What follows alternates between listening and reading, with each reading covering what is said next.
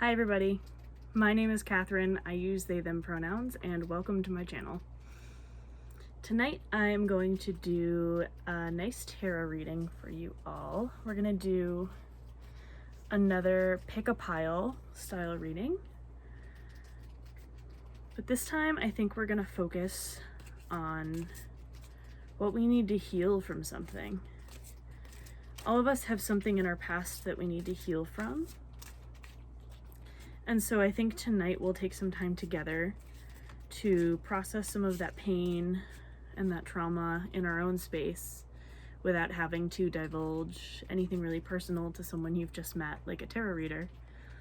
And that way you can kind of take what you need and leave what you don't from this and use it to move through whatever it is that's bothering you. I'd like to take a quick moment to acknowledge that this is a space that can be incredibly intimate, especially in a healing space. So take whatever time you need away from the video. Press pause if you're feeling like you need to take time to process something. You can always come back to it later. But make sure that you're centering yourself and your wellness in how you feel like you need to process this.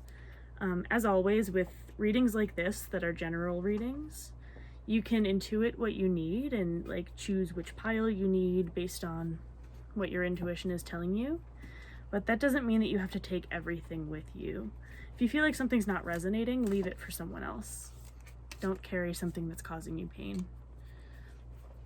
But if it resonates, I hope this gives you clarity, and I hope that you can carry it with you on your journey. I find that more often than not, while with a general reading, not everything in the pile that you pick will resonate with you, the pile that you do pick typically will contain the most that resonates with you. So take that with a grain of salt and use it to enjoy this video with. Today I'm going to be using my Prisma Visions deck.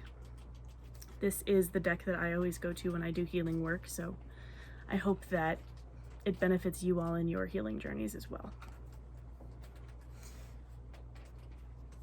I'm going to be dealing 3 different piles, and I'll shuffle right on camera.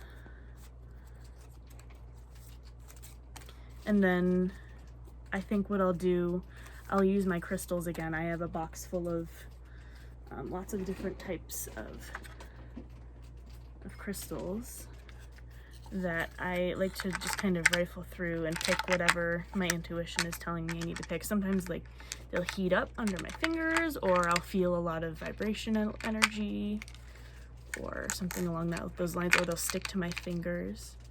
So I'll pick some of those and assign one to each pile. And then you can use that crystal as an identifier to find the pile that you've chosen. I'll put timestamps in the description that will take you to your pile's reading, and you can take what you need to from that. Let's get started. Right off the bat, this one wants to jump out. We'll start pile 1. I think I'm gonna do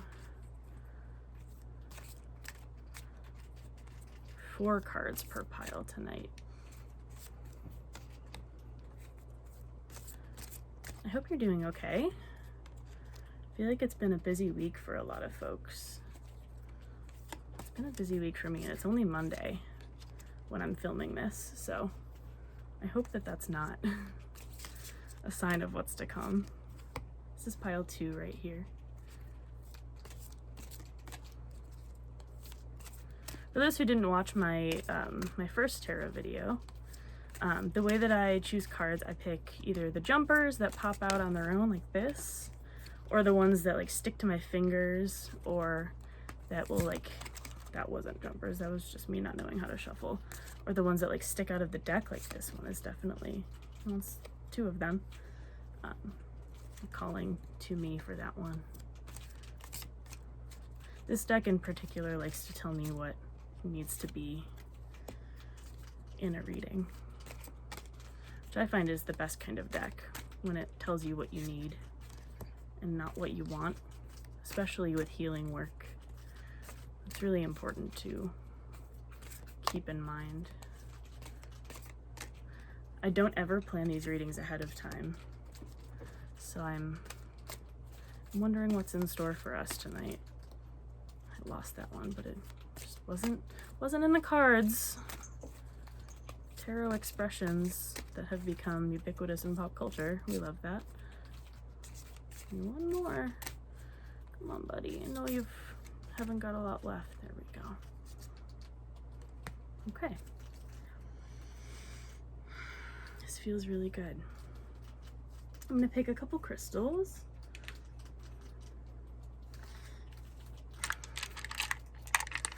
I do this with my eyes closed. Ooh, this is a sodalite worry stone that I use when I'm feeling anxious. It's got some really nice inflections on it. So we'll do that.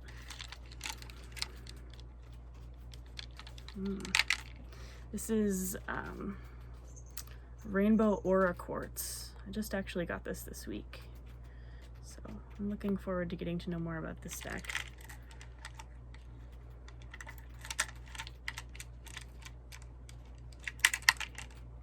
This is auralite. Okay. So go ahead and take however long you need. Pause this video, spend some time meditating, light a candle, do whatever rituals you feel like you need to do, if any, and decide which pile is calling out the most to you. Pile 1 with sodalite, 2 with the rainbow aura quartz, 3 with auralite. And I'll put timestamps in the description so that you can jump right to your reading. Happy watching. I hope this resonates. Take what you need, leave what you don't. Okay, pile 1, welcome. You chose the sodalite worry stone. So we'll start your reading with the Magician,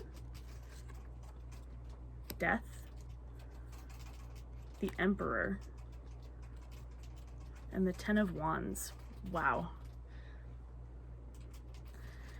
So you've pulled a lot of majors, pile 1. This means that this is going to be a really especially important message for you to carry forward. Wow, I need some time to process this. So with the majors that you've pulled, especially being some heavy-hitting majors, I think it's important to recognize that the order in which you have all of these cards is really important. This is a specific cut of stone to rub when you're feeling anxious. And something was telling me that I feel like if you were going to pick pile 1, you might have known as soon as I picked that crystal that that's what you were going to pick. If not, that's fine too, but I feel like for many of you that will be the case. All right, so with the Magician, right off the bat, you're thinking about what you need inside of you internally to be able to do something that you're dreaming of. You're thinking about starting something new, maybe a project, something that you're really passionate about, starting a new venture. You're wondering if you have everything you need in order to succeed. The answer is always yes. It's just how you apply it. Death is telling me that there may be something that's ending. You're feeling a lot of grief, knowing that you're leaving something behind. But something important to know about death is that on the end of every cycle, there's a new beginning. This is a card of renewal. A lot of people get scared when they see the Death card come up, especially if they're not familiar with the tarot. Death is actually a very positive card in the tarot. It signifies rebirth and renewal in the cleanest way possible, sometimes asking you to cut ties with things that no longer serve you. So if there's something in your life making you anxious, pile 1, and you've decided that it no longer serves your greater purpose, cut it off. You have everything you need to succeed on your own. So why do you need things that are dragging you down? Death to the things that no longer serve you. The Emperor on the other side of death is also really important for me. It's telling me that you are going to need to embrace a little bit of discipline to get where you want to be. You have to be a little bit of a boss and maybe be a little bit more scrupulous than you might like. Maybe sticking up for yourself gives you anxiety. But I'm telling you that if you want to accomplish what you're out to accomplish, especially in your healing journey, especially if you're trying to get through trauma, the death of an idea, or maybe the death of a loved one, you need to have some discipline in your self-care journey and show yourself that you're worthy of getting through whatever is deeply gnawing at you. You have everything that you need to get through this journey, but it's going to take a little discipline. It's going to take reminders on your phone to get up and shower. It's going to take your support system reminding you to eat. The Ten of Wands tells me that you're carrying the weight of the world on your shoulders. Put it down. Put it down. Put your burden down. Giving yourself a rest doesn't necessarily mean you're giving it to someone else. You're allowed to take a break, even if it's just to pick it right back up again. If you're carrying so much that's causing you grief, especially, I'm getting the sense that if you picked this pile, it's likely that you're grieving something, maybe someone, literally death, but also figuratively, maybe the death of something that you held really dear. Maybe you've just graduated and you are mourning a life that you had established at college or in high school or in a degree program that you just finished, or maybe even a professional program, and now you're not sure where to go from here. Maybe you've just lost a friendship, or lost an opportunity at a job you really wanted. But if you're carrying such a burden because of losing whatever you've lost, remember that renewal lies ahead. There's always something in front. You need to embrace your healing journey, not as a chore, but as something that needs to happen in order for you to feel happy again. And that might take standing up for yourself, which might feel uncomfortable, but you have permission to ask for what you need.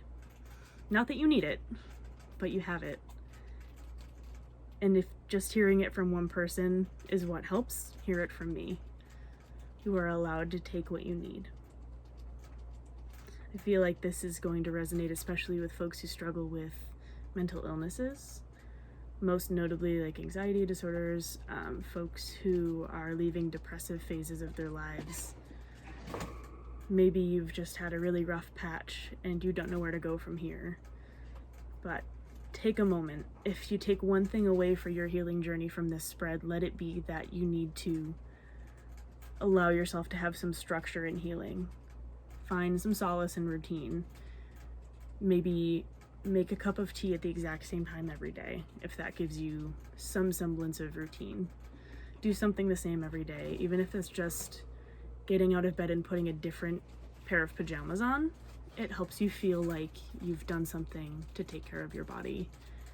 Even if you're still wearing pajamas, they don't have your dead skin cells on them from the last night. You're helping your skin heal and release the toxins that it's accumulated through sweating. Even if the only thing you feel like you can do is brush your teeth, that's still taking care of your dental hygiene.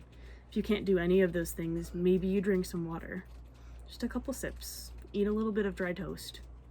Give yourself something so that you can feel a little bit of routine and habit, so that more and more you start to feel comfortable and you can start to build on that. Because in order to heal from something major, which this feels like a very major event that's happened, or something that you'll need to do long term, because you've pulled 3 out of 4 major arcana cards, which is really significant. It signifies a long-term change that needs to happen, or a really impactful singular event.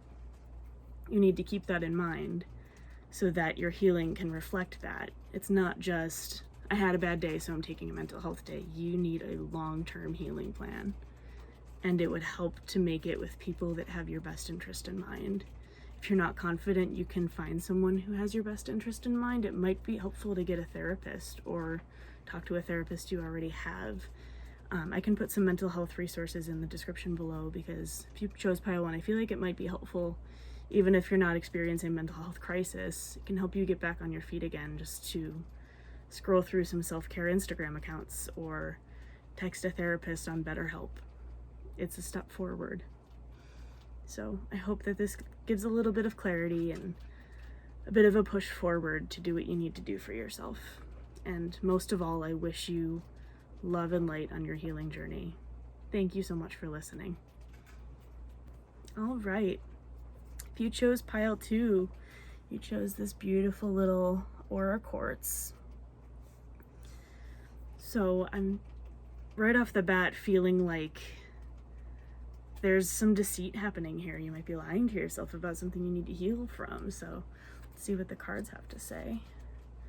7 of Cups. 5 of Pentacles. Wow. The Sun. And the 5 of Swords. Yeah, deceit for sure. Wow.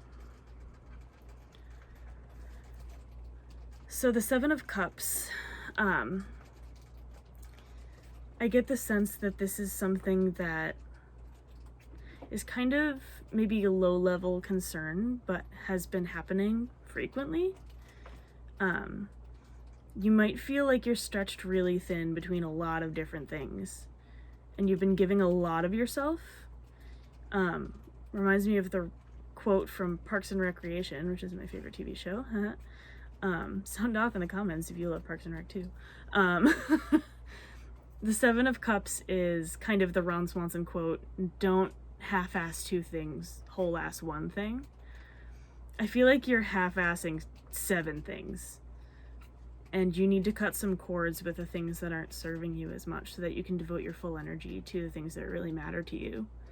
Whether it's family or school or work or a passion area or a project that's been demanding your attention, you need to find something that you can cut.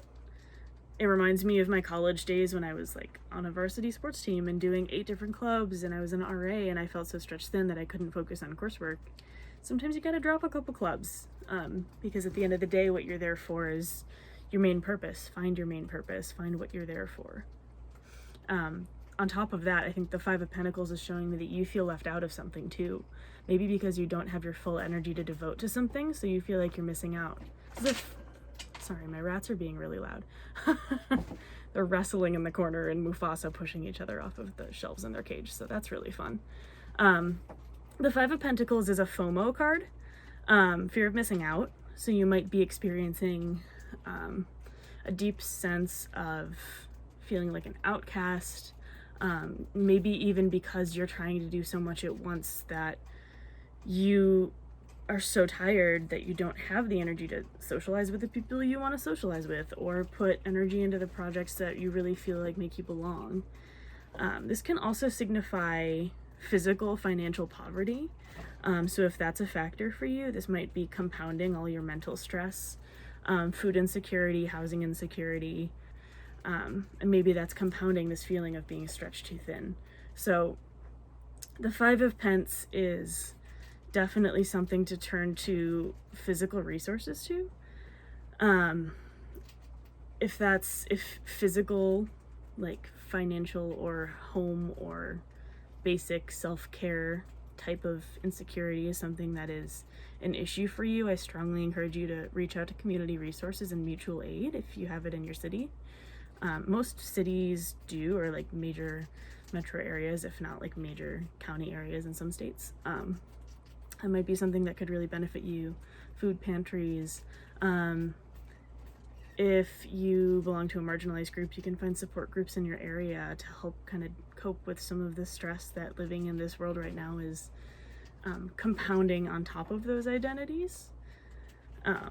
But the sun is here to remind you that if you can get through this rough patch, if you can identify what your main purpose is, you have nothing but like unbridled joy ahead. You can find true belonging if you figure out what your priorities are, what really is bringing you joy, because that's going to help you find the energy to belong again. Oh my god, having rats is a zoo. They're being very loud, and my fiance just walked in looking to grab something out of my room, so that's okay. So I lost my train of thought, but I think what I was saying was that the sun, if you can get past all of this junk, the sun holds nothing but pure, like, joyful energy. That's something that you can really revel in and find some hope in that lies ahead. But that's conditional on whether or not you can decide what your priorities are, right? So you have to commit to what this is going to be for you, keeping in mind that the Five of Swords represents a lot of distraction. Can also, I think you're lying to yourself here. You're kind of focused on whatever this conflict is, that you're forgetting the bigger picture. You are this little person who's looking at the butterfly flying away into the distance, put their sword down, who's not focused on the fighting anymore. You could be that. This could be you focusing onto your son.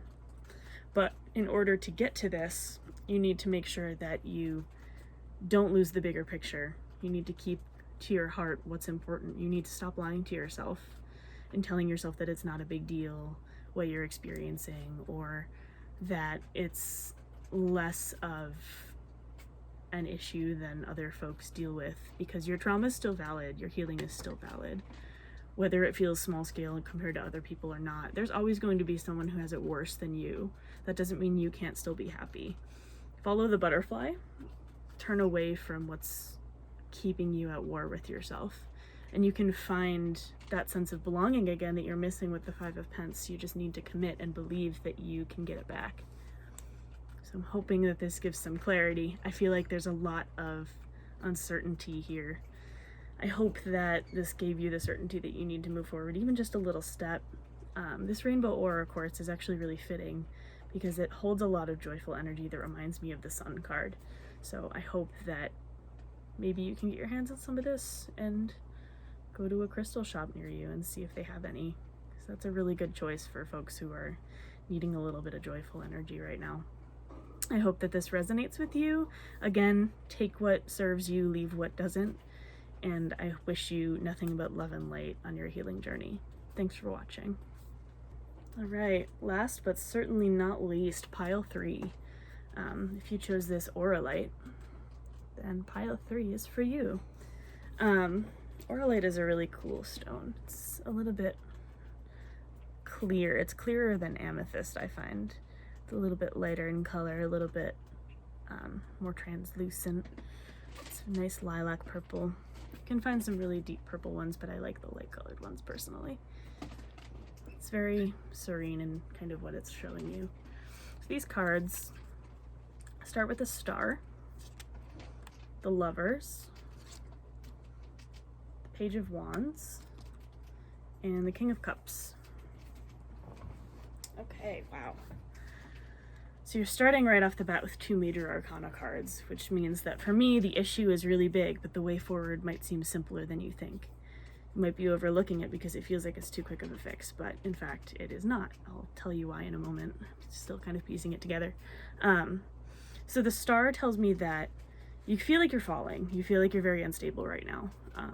You might be seeing some joyful bits, but ultimately where you are right now in your healing journey feels like you have no control. And the star is here to tell you to embrace that, because the best clarity is found when you release anything tying you down. You can fully revel in everything around you, the beauty of the universe and all of that really fun stuff, if you release your earthly responsibilities for just a second. Just release what's tying you down, even if it's just to meditate for a minute or to think about how amazing this world is. Find a really nice picture of a beach. Just think about how incredible it is that that place actually exists. That might help you to feel a little bit more grounded in your ungroundedness, maybe. Tie yourself to this world.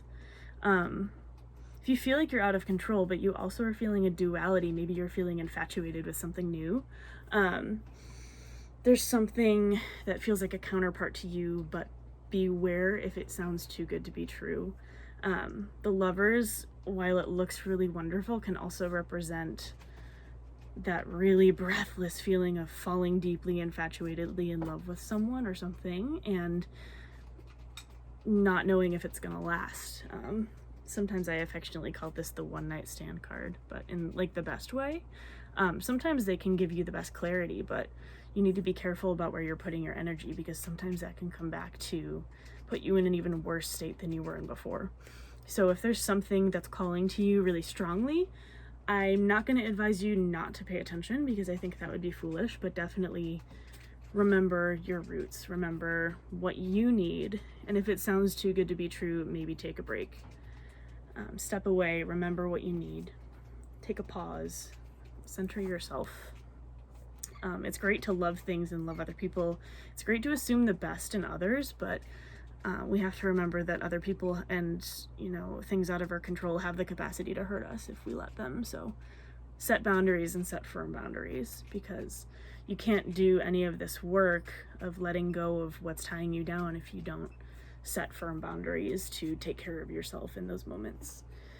The Page of Wands, this might be a physical person in your life who is coming at you really fast with a ton of creative energy. Maybe it's someone who had a really brilliant idea and wants to be your business partner or something like that, or is like, hey, will you do this thing with me?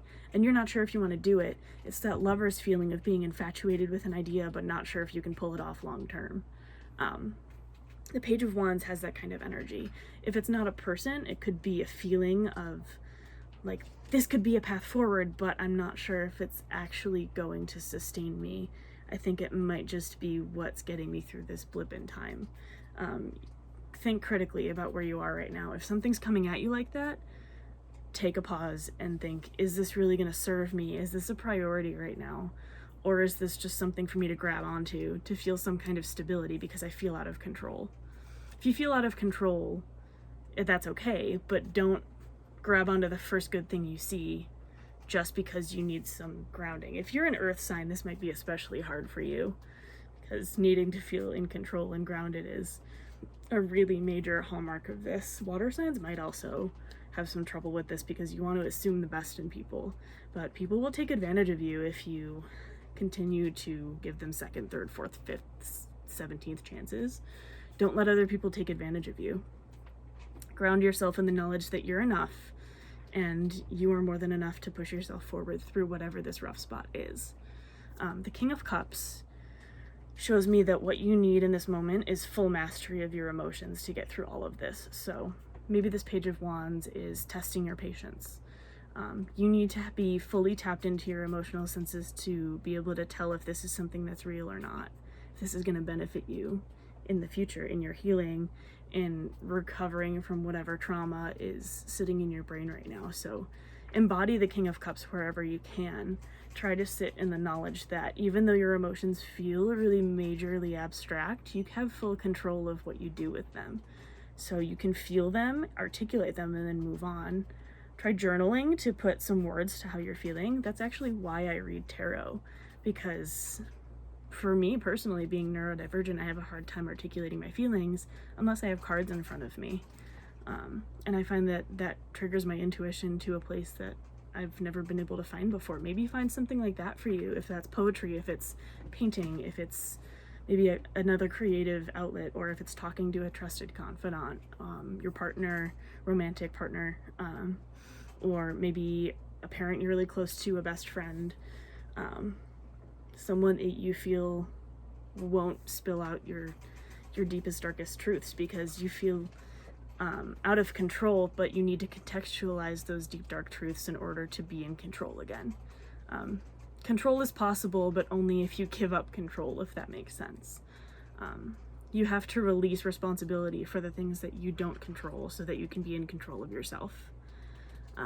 This progression from the Star to the King of Cups, the feeling of being out of control to the feeling of being in total control of your emotions. Being in control of yourself is not being in control. I just said control so many times. The feeling of being out of control doesn't mean that you don't have power. And having control of how you feel and how you articulate how you feel, and maturity to ask for what you need, doesn't necessarily mean that you have everything under your thumb the way you want it.